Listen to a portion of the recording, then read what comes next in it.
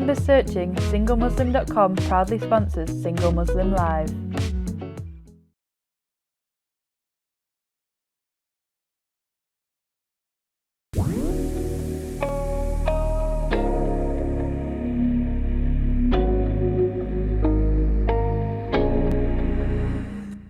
Assalamu alaikum and welcome to Single Muslim Live here on British Muslim TV, sponsored by singlemuslim.com. I'm Fahima Mohammed, your host and relationship coach. A very, very warm welcome from all of us here on British Muslim TV to all of you, dear viewers, whether you are watching on Sky Channel 752, Facebook or Twitter. We really welcome you, and we have another topic and guest for you on the show. But before I introduce her, I just want to also remind all of you that you are more than welcome to join in the conversation. Send us your questions or any thoughts or comments, and you can call in directly to the studio on 01924231083. Please do ask the bill payer's permission, as standard network rates do apply.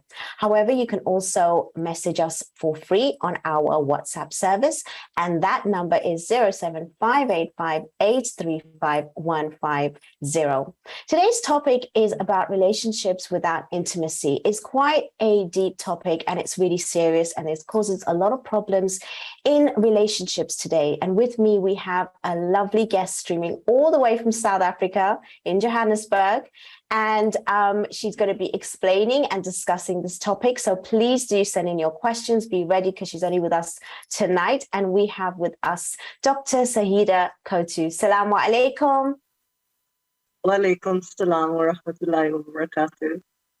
Thank you so much for joining me. I know it's quite late there. I really appreciate your time, Doctor.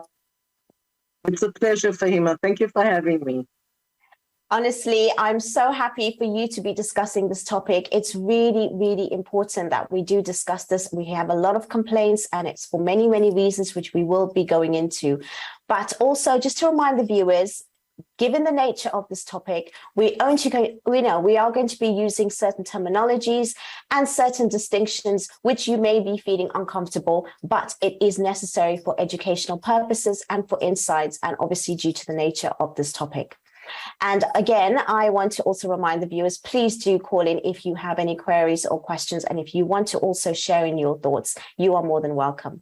Now, before we go into this topic, Doctor, can you tell us a little bit about yourself? You've got so much going on. I'd love to learn more about you, and especially to explain to our viewers tonight. So I started off nursing, Fahima, and that quite by chance as well. I thought I'd do it for a short period of time and then leave, but I ended up doing psychiatry, midwifery, community health, and then realized when I did psychiatry that there was so much more out there pertaining to healing than just the allopathic aspect of it. And I then ventured into the world of complementary medicine, and I did homeopathy, and then I did almost everything pertaining to alternative practices. Eventually, I was able to put it all together by doing Unani Tip, where we went to Karachi, we brought the workshops, the degree back to South Africa, and then started presenting it to people in the country. And with that having happened, it allowed me to incorporate everything else that I learned. But I also found that within our community, because I started doing radio like 30 years ago, and again, Islamic radio, just because I thought we needed to know this kind of information and know what was acceptable Islamically and what isn't. And this gave me the platform to then do that, alhamdulillah. So I do a lot of couple counseling, trauma counseling these days, and I do a show called Moms and Babes Naturally, as well as the EQ show. Wow, that's absolutely amazing. I'm so happy to have you tonight, because you actually are going to be bringing so much value into this conversation, especially around this topic of, relationships without intimacy. Now, firstly, let us understand, could you explain some of the case studies that you get or you've come across as to why there will be relationships, that do not have that intimacy, that sexual interaction? What would be some of the stories and the case studies that would lead to this kind of relationship? Okay, before we actually get into that, I want us to just concentrate on the aspect of intimacy. Okay. For some reason, we often confuse it with sex. And you can be intimate without being sexual. And we've had examples of this that I'm not going to go into right now. And those relationships are what they are, but they don't put the warmth or closeness or trust. And Islamically, we'd like to sort of differentiate between the two. There is the aspect of being intimate on various different levels in various different areas of your life. And then there's the sexual aspect. And one so doesn't exist without the other if you think about it. And the nice thing about it is Islam really, really lays it out so nicely on the aspect of being intimate before the sexual act. And us having to understand that there are 4 aspects, and then you can break it down into 12. And that is the aspect of emotional, physical, mental, and spiritual intimacy. And then again, inshallah, if there's time, we can go into the various other different types of intimacy that one has with various people in their life. The reason I had to go into this and bring it up was to answer your question is that we had a lot of young couples who had not consummated their marriage, who didn't know how to be intimate, let alone sexual with their partners. And marriages that have lasted up to 5-7 years without getting intimate or having a physical relationship with their partners. And that has been detrimental, I think, to the fabric of our communities. And it's something that we don't talk about. I don't know. I presume it's the same in England, but in South Africa, we still have this mindset that you do not talk about sex. You don't talk about intimacy. It's something that you almost make your children avoid and almost scare them to hell and back if they ever touched or even looked at another person in a manner that was sexually or physically orientated. And what that did was scare them that when they ended up getting married, there was just such fear around the aspect of getting physical with their partners that they chose not to do it.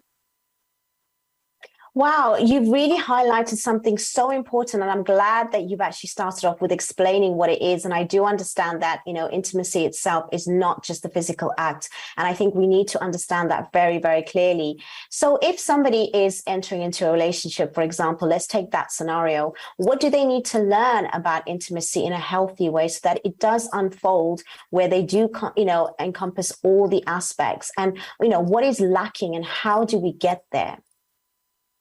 Okay, so firstly, I would like to say or ask you, where would you think intimacy starts?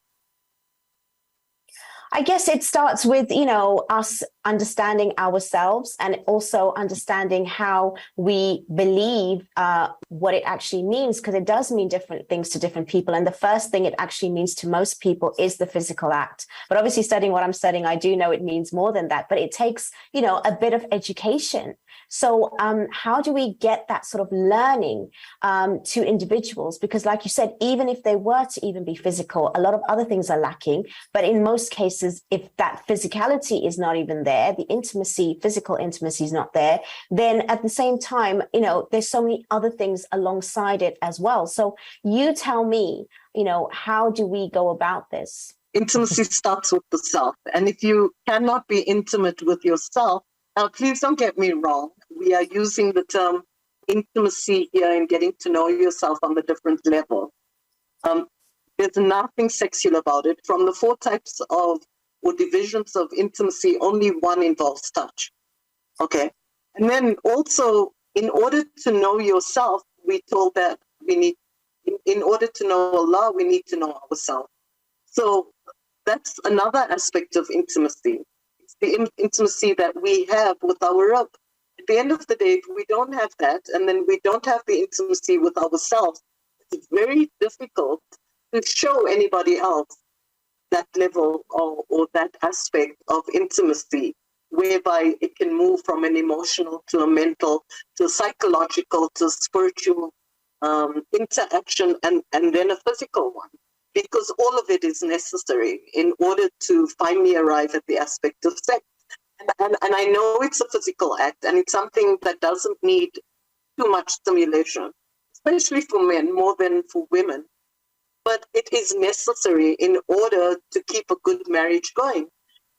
The other aspect of intimacy is, Fahima, for me, is the aspect of what we have with our siblings, what we have with our parents, what we have with grandparents, and then friends, neighbors. So the aspect of intimacy just moves from one aspect of our lives into other relationships, and all relationships, including work relationships.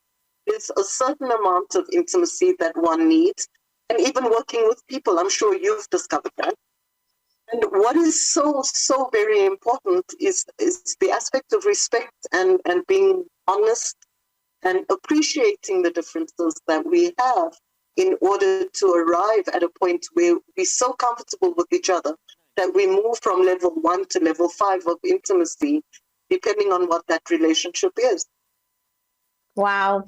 You know what? It's blowing my mind as to how much education you're giving us right now. And I hope everybody is taking notes and listening, because this is so vital. It's such a big part of relationships. It's such a huge part of, even having a successful one. And to understand this in depth is definitely having Dr. Zahida with us tonight, who is actually going to give us amazing more insights. But we are going to be coming into a break very shortly.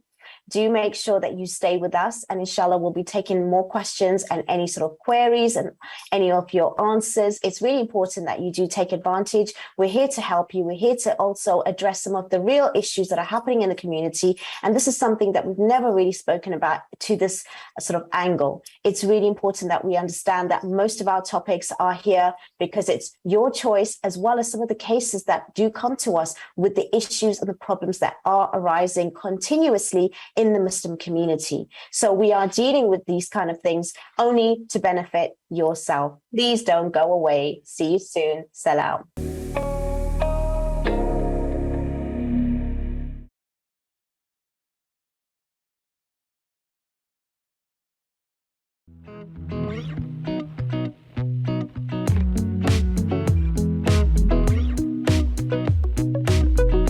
With 3 million members searching, SingleMuslim.com proudly sponsors Single Muslim Live.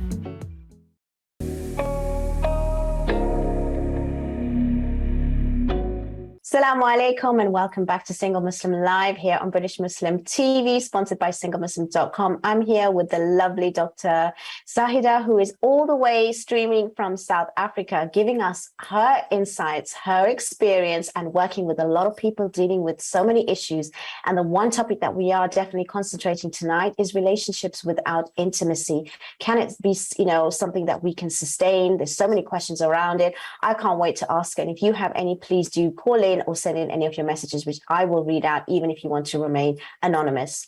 Now, Dr. Zahida, when it comes to intimacy, especially, I do find a lot of people coming to me fearing that whole idea of being intimate with their partner, especially for the first time, or just the whole concept of it. Where does that come from, and how do we overcome that?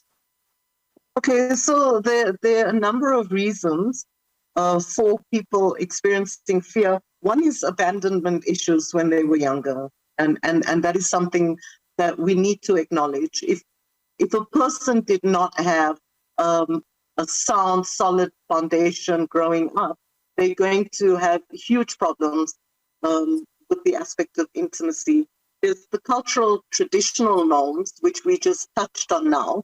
There's also the aspect of low self-esteem that one experiences, and then also fear of rejection, which we need to consider quite a bit. And with all of that I'm just trying to think of more. Well, before even you go further, I remember even you speaking before the break with regards to a lot of us having a relationship even with our family, friends, relationships and things like that. And that plays a huge part. And I guess that kind of ties into it a lot.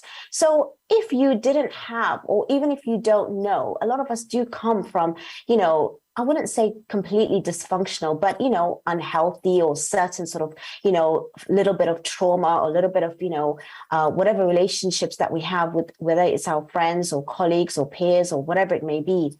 Now, how could we recognize that? I mean, do we only recognize that when we are in an actual, you know, marital relationship, or can it be something we can work ourselves beforehand? I mean, how do we place ourselves in society today, you know, instead of going into that marriage and then figuring out, okay, I've got this issue, I've got that issue. What do we do so that we can backtrack? And hopefully for people that are thinking about marriage, especially, they can maybe do the work beforehand, if that's a possibility. Is it a possibility? Absolutely is a possibility. And that's why, Fahima, people like you who do these sort of link ups or getting people to meet each other is so important, mainly because when you have sort of introduced people to each other, there's the aspect of then doing premarital counseling or just figuring out where those people are in their lives and what it is that they need to work on. The other thing that I think is important to mention is that it's the same in romantic relationships. True intimacy develops over time. And there are a number of elements that go into developing this intimacy. So I think it's very important for us to realize as parents that we need to talk to our children about it. We need to demonstrate it. And when I say demonstrate intimacy, I mean a simple thing like hugging your child, kissing your child, either on the forehead, on the head, and it doesn't matter how old they are, giving a hug. I mean, we know that giving a hug increases oxytocin in your body, and you just feel so good when someone's touched you, you know? So if we can get that right as part of our foundation, especially with our babies, hugging them, nurturing them, ensuring that we sing to their needs when they cry, to figure out what that cry actually means to them.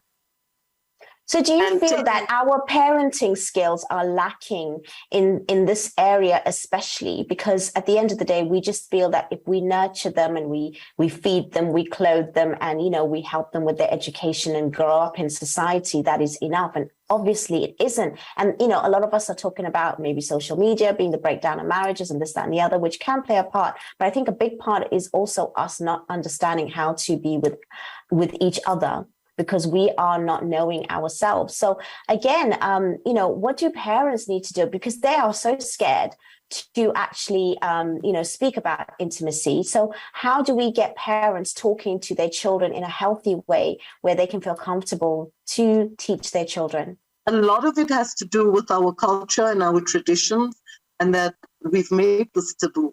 What we don't realize is that we are in an age where our children are learning these things by people who don't even understand our religion. Okay, so that knowledge is getting out there. And for me, I would prefer it if we sat and spoke to our children, if we got rid of the fear and the shyness that we have. And that has nothing to do with haya, because it's something the Prophet spoke about. Women were able to go and ask him questions. And it's the one thing that is encouraged Islamically, is for us to get married and have halal sex, you know, and to procreate. And how do you do this if you yourself aren't demonstrating an aspect of love, of commitment, of respect, of acceptance, of safety?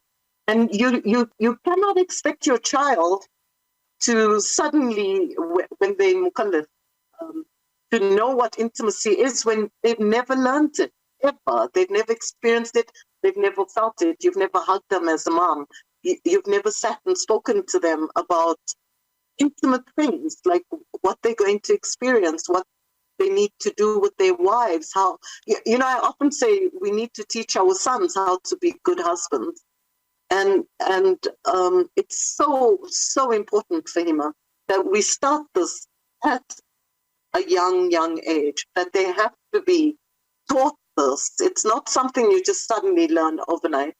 I laughed the other day because one of the older ladies, and I'm one of those older ladies now, so I still go older ladies, and she said to me, I cannot speak to my children about this, and yet it is so important, because then we won't have these issues that we're having with married couples now, where there's this fear of not touching. So what was said was that our whole life we teach our kids not to be touched, not to look at a male or female.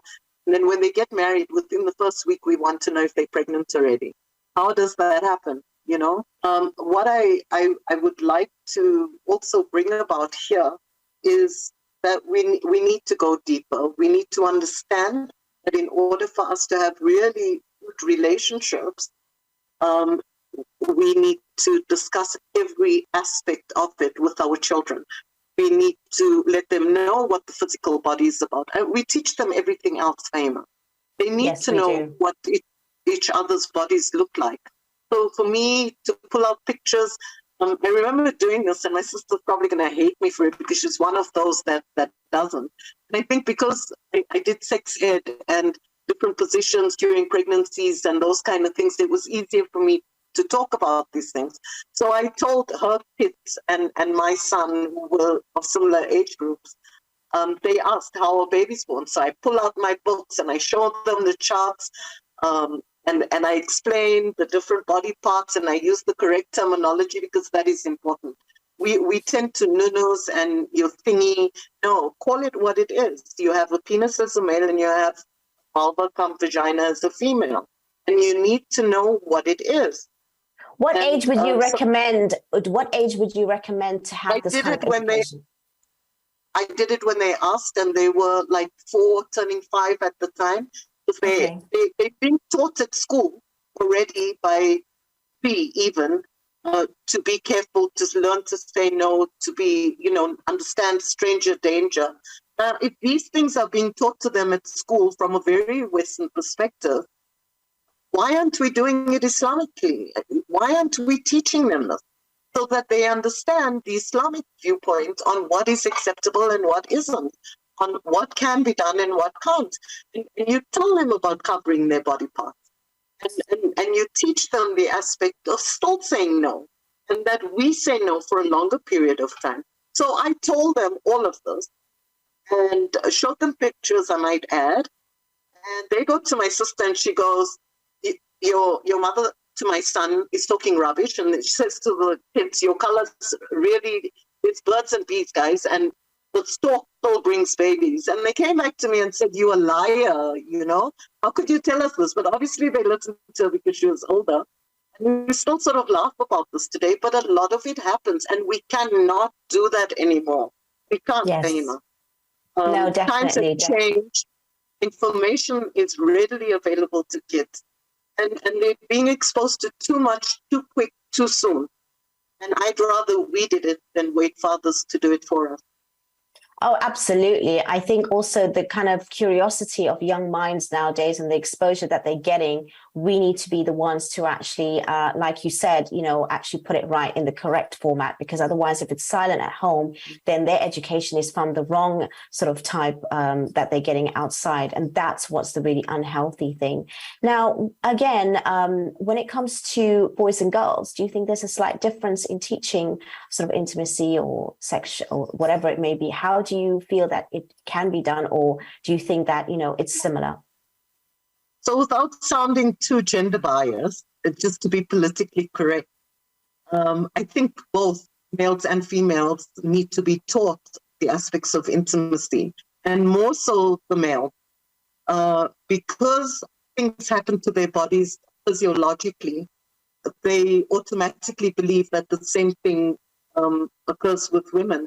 And if they're not taught or not told, they don't realize that women need more time, that women need to have a lot more pep talking done and to be flirted with and spoilt a little bit before the actual act of sexual intercourse, for example.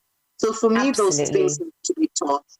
And that's so true. That's so true. And, you know, we're going to come back to that because we are coming onto a break and I don't want to go into it having to cut you off with a really important point. So I'm going to come back to that when we have got the break coming up soon. But again, we are using terminology and we are saying certain distinctions only because of the nature of the topic, and it is for educational purposes.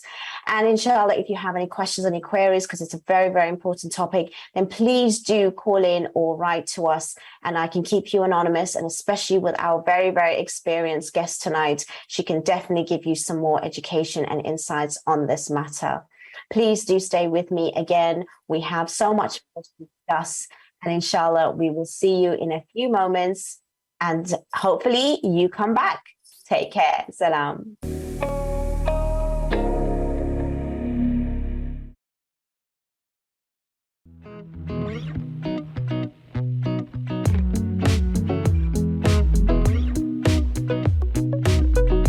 With 3 million members searching, SingleMuslim.com proudly sponsors Single Muslim Live.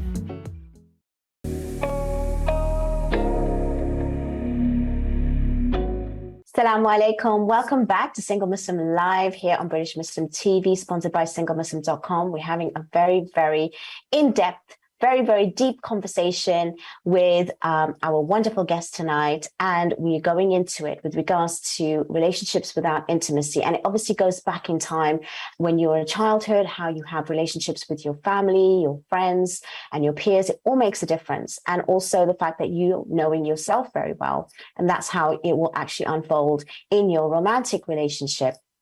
Now, we're going to talk about something which is slightly different, and that is to say, when we were speaking before the break, Dr. Zahida, we were talking about how, you know, children need to be taught, obviously, but say we've passed that stage, we didn't get the education, we still don't have the education, we're exposed to things which is absolutely incorrect. As an adult, is it possible to learn again and, you know, actually even after maybe years of marriage, of being unsuccessful and unfulfilled, could we actually learn about this and actually build, you know, that sort of like healthy relationship, which includes all levels of intimacy as well? Is it a possibility? And if so, how? What we need to understand is that we're never too old to learn. And all that we need to be is open to learning. And that as a couple as well. One of the things that I actually liked about running intimacy workshops is that we cover all of these things. But at the same time, it brought me into an aspect of understanding a certain aspect of intimacy.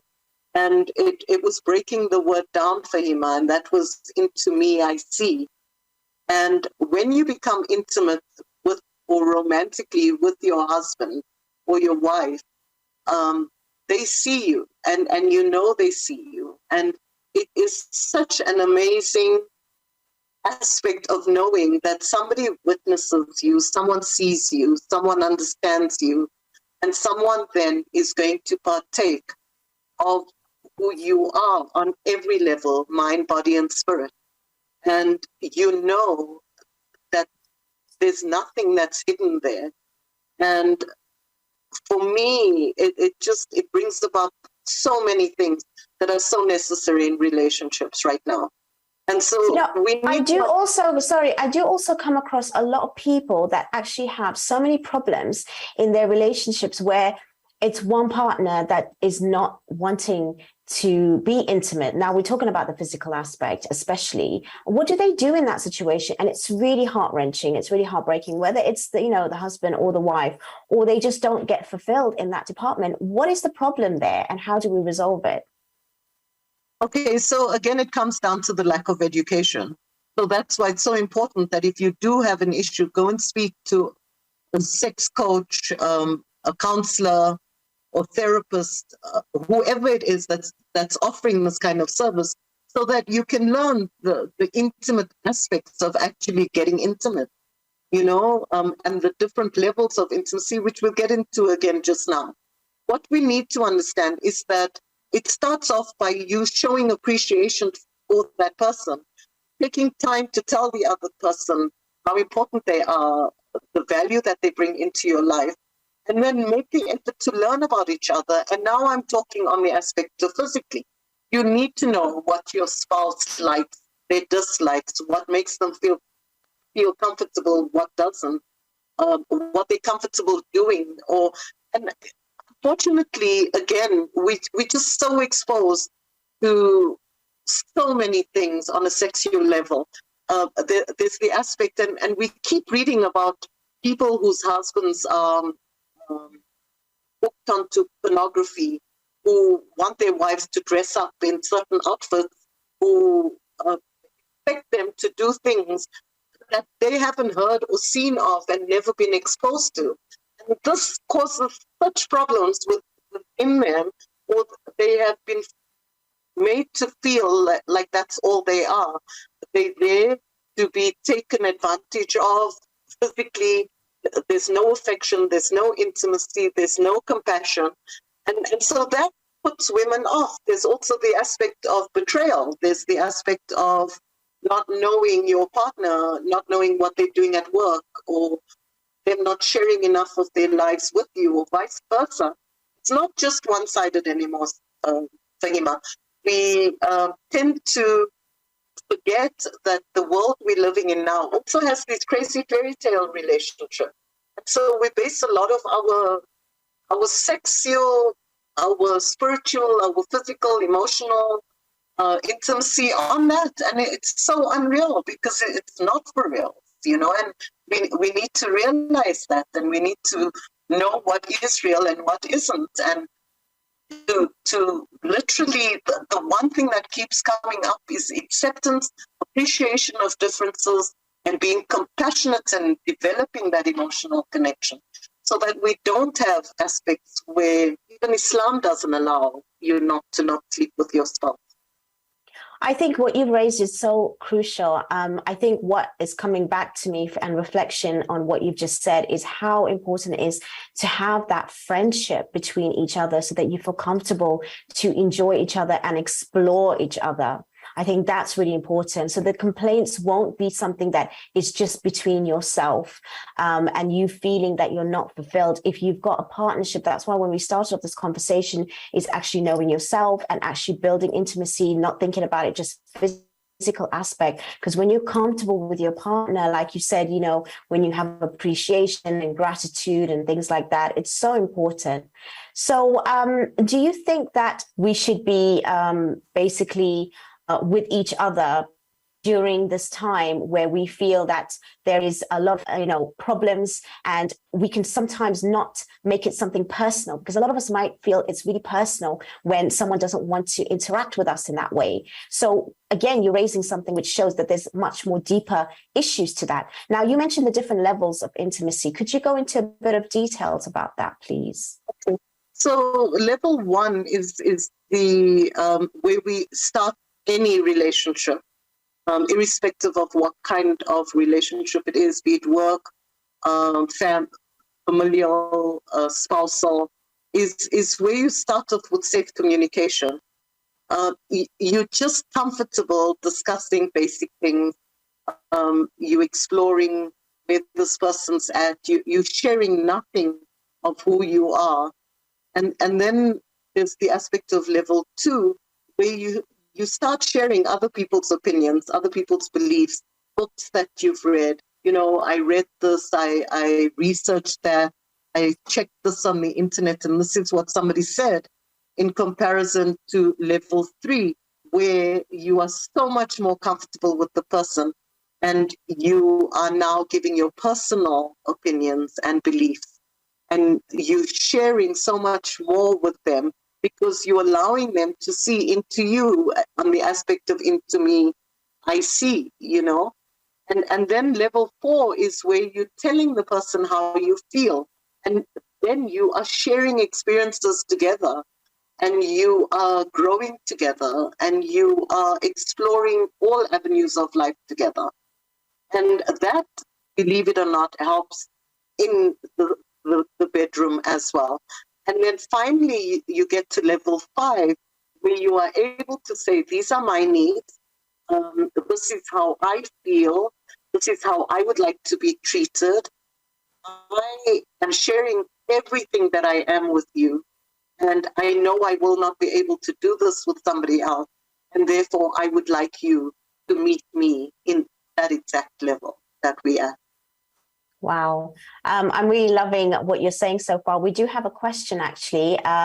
Firstly, the comment is, Salaam alaikum, loving the show as always. The question is, many divorces happening within the community are due to the joint family system. So in some cases, there's a lack of intimacy because of that. And it's also the elder generation in some cases believe sex is only for the bedroom and it's only the intimacy that you need. It's there. And what is the intimacy apart from just sex in the bedroom to make babies? So that's all that the idea is. So I guess it's just trying to ask you, how do we get out of that narrative? Because, I know that, in Islam as well, it's about being together and, to reproduce, but it's so much more when you're living together and having a partnership. So how would you respond to that when there are sort of these cultural problems and differences and narratives? So again, we're not dealing with anything new, Fahima. At the end of the day, Islam has the answers for everything that we're looking for. The Prophet told the Sahaba at the time that the moment a couple get married, they need their privacy. They need to get intimate with each other. He told men how to be with their women, how to experience foreplay. We are told that we can have sexual intercourse with our spouses wherever, however, whenever. Obviously not in orifices that aren't acceptable Islamically. But we also taught not to do it under the sky or to do it on the beach or to do it where people can see you or hear you. Now, we tend to learn everything else within our religion and then we leave some things out. And these are the things that make for good family relations, as well as good communities, and then obviously good societies, because there's, again, the aspect of respect for the couple.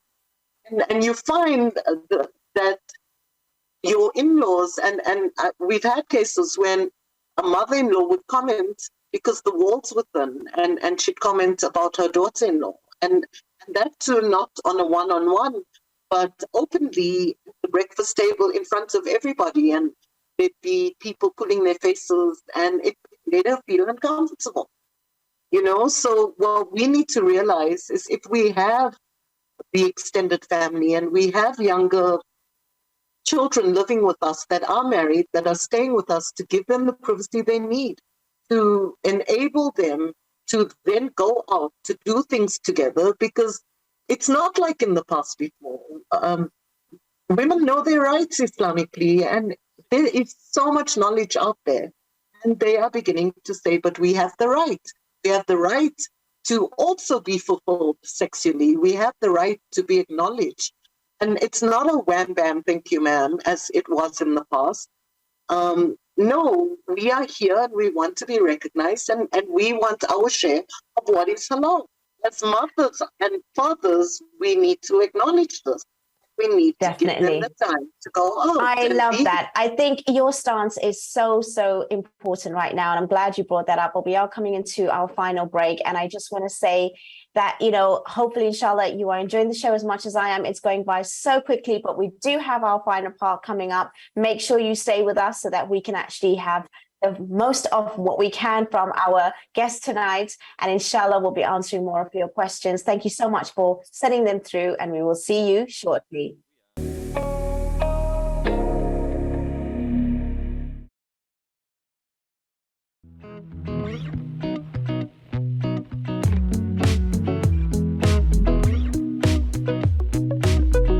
With 3 million members searching, SingleMuslim.com proudly sponsors Single Muslim Live.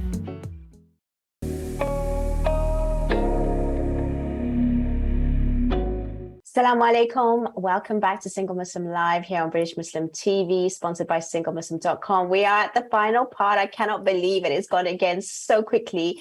It always does when we're having such amazing conversations and obviously having brilliant guests like we do every week. And tonight is no different. Dr. Zahida, can you tell me a little bit about the taboo topic about getting older, and that's the reason why there might be lack of intimacy in a relationship, especially the physical side of things? Is that true, or can we debunk this right now? It is true. When Okay. women are menopausal, they don't want to be touched. They are experiencing hot flushes. They have vaginal dryness. They have no desire to get intimate because they are experiencing what teenagers experience all over again. There's hormonal fluctuations, there's hair loss, there's wrinkles, there's body fat, there's a tummy that's come up. And all of this makes her feel terrible. And a lot of women won't admit it, but just from experience, I can tell you it's real. And it is not fun. And yet, at the same time, you are craving this kind of intimacy. And the nice thing is men keep going. Alhamdulillah wa shukrullah. But there's also the aspect of needing to understand where your spouse is at that point in time, to understand and literally empathize with her. And really, if you do that, she's yours all over again. The myth that you stop having sex is a myth. You are sexually active until the day you choose not to be, and it's a choice. It's something that can continue to happen. I just think it's amazing when old couples are still being intimate and sexual with each other and are able to share that and talk about it quite freely because it's real. It is, again, their God-given right. And they are in a marriage. And why should they miss out on an important and beautiful parts of their marriage? Because that's what God created us for. I'm not saying just for the sexual aspect of it, but it is one of the pleasures that is given to us. Why not? Absolutely. But how do you think, especially men, will be able to deal with a sexless relationship? Is there something that can be overcome, or are there any like guidelines, especially for this time, as you're saying, when women do kind of get to that menopausal stage? It can last for months and years, I've heard. So, what do we do in those situations? There are appropriate treatments that can be taken. There are herbs you can use, buying fans, putting them around the room, knowing which oils to use, which is also apparently a part of the sunnah, which your husband can then use on you, and to cool you down, and to pass these aspects, to use the correct medication, and you are then able to still continue with a relatively healthy sex life. Men, on the other hand, also go through something called andropause. And they also have conditions with their prostate that is a problem. So those can be treated as well. To go through a marriage without sex is putting someone through unnecessary trauma, and it is not fair on that person. And Islam is very clear about not doing that to your spouse. So I think it's something we need to take into cognizance. And to know that it is not acceptable not to be physical with your spouse. There's even a time period that's given in order for that nikah to last or stay in place, for a couple not to have sex. And yet you find that our grandparents, our parents were quite comfortable. I mean, they had their separate beds, some even their separate rooms, and they were fine knowing that they were menopausal. After this time, you don't, and it's not true, you do. And you can continue to have a very healthy sex life if you have a high level of intimacy with your spouse. Imagine growing old together and still exploring each other's bodies. I think that's amazing. Absolutely. I think also, like we said before, it's really important for us to have the actual, just affection generally, even if it's not just the physical. And I think that can really build that relationship. How, is that even possible when there isn't the physical, when you have still affection for each other and you're still there? Because a lot of times when there is no, sexual intercourse, people can be frustrated and people can be probably resentful of each other. So then how do we overcome that to still show affection, love, care, and understanding, and all the things that you've said? I know we need to obviously talk about this and go and see certain things, but it's so difficult in the Muslim community for them to even speak about it and even, accept themselves, let alone talk to their partners, then go and seek, a therapist or whatever it may be. So what would be the tips if someone is struggling right now so that we can actually, help them through this? And even though it's difficult, what does your workshops offer? What do you offer? Maybe we can, have some of these strategies so that if people are watching, they can reach you. So there are a lot of methods depending on the individuals and what they're experiencing. We give advice on those. We give the necessary medication if it's needed. We teach them how to become intimate with each other. And affection is something I believe that needs to be there all the time, Safira. Oh God, why did I call you Safira? That's such a habit. Sorry, Fahima. So it's so important. I do apologize. That we understand that intimacy and affection starts with you and your children. And you are hugging and kissing and touching as you pass them, and having a verbal, intimate relationship with them so that they can carry this on into their families as they get married and have their own children. And this is what makes for healthy relationships. And then even if you cannot, for whatever the reason is, be sexually active with each other, there's still the hug, there's still the kisses, there's still the touching each other. And just in that, the love is shown, the compassion comes in, and you feel like you are part of something and someone. That is so important for any individual to grow old and continue feeling, is knowing that that person that could be intimate with me is still there being intimate with me, even though I cannot continue to be physically active with them. Yeah, the thing is also I want to ask is really importantly is that when certain couples are older, maybe they're much more accepting, or they've been married for many years and they've actually had experience. But when they are young couples who are in a sexless marriage, can that actually last?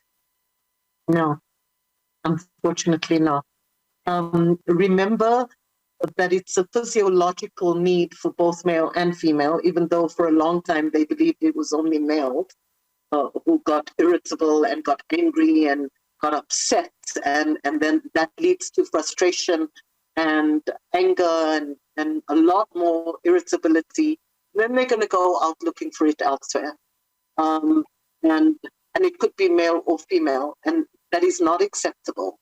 And therefore, we need to realize that we need to figure out how it is that we as a couple can then bring in the aspect of intimacy again, where we continue to keep this alive, because it is the most important thing. You know, they often say sex in a really good marriage is like 1% of a problem, but have a bad marriage and it's going to be 99% of that issue.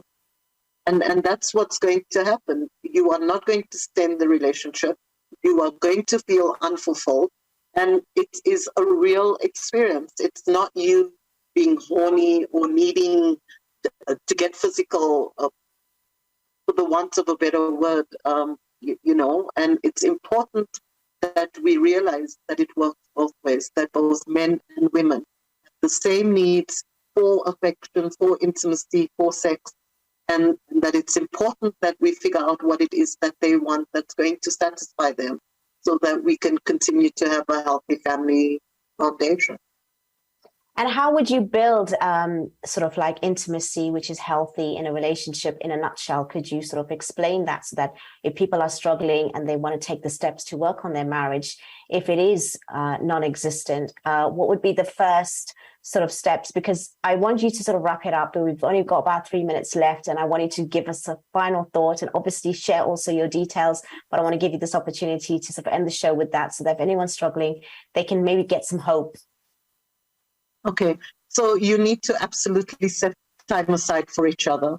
You then need to figure out what it is that you can share, find a hobby, something a little more intimate, like maybe going to a pottery class or going to an art class, or realizing that you need to do something together. There are lots of amazing board games that can be played as well. Remember to unplug and then focus on each other.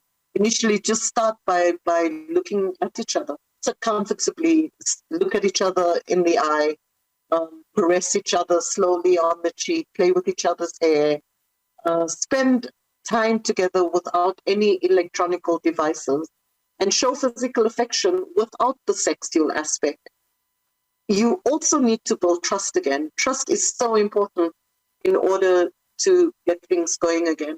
I would, sorry, I just need to know that I'm not missing out on anything here. And then again, is to show each other appreciation, listen, and work on the mysteries that you people have together. But know that it's going to take time. There are things that you will need to do together, a lot of, in order to build that trust, to know the importance of intimacy in your life and the long-lasting effect that it's going to have. So important to start sooner rather than later if you are having this issue, before your partner goes out looking elsewhere.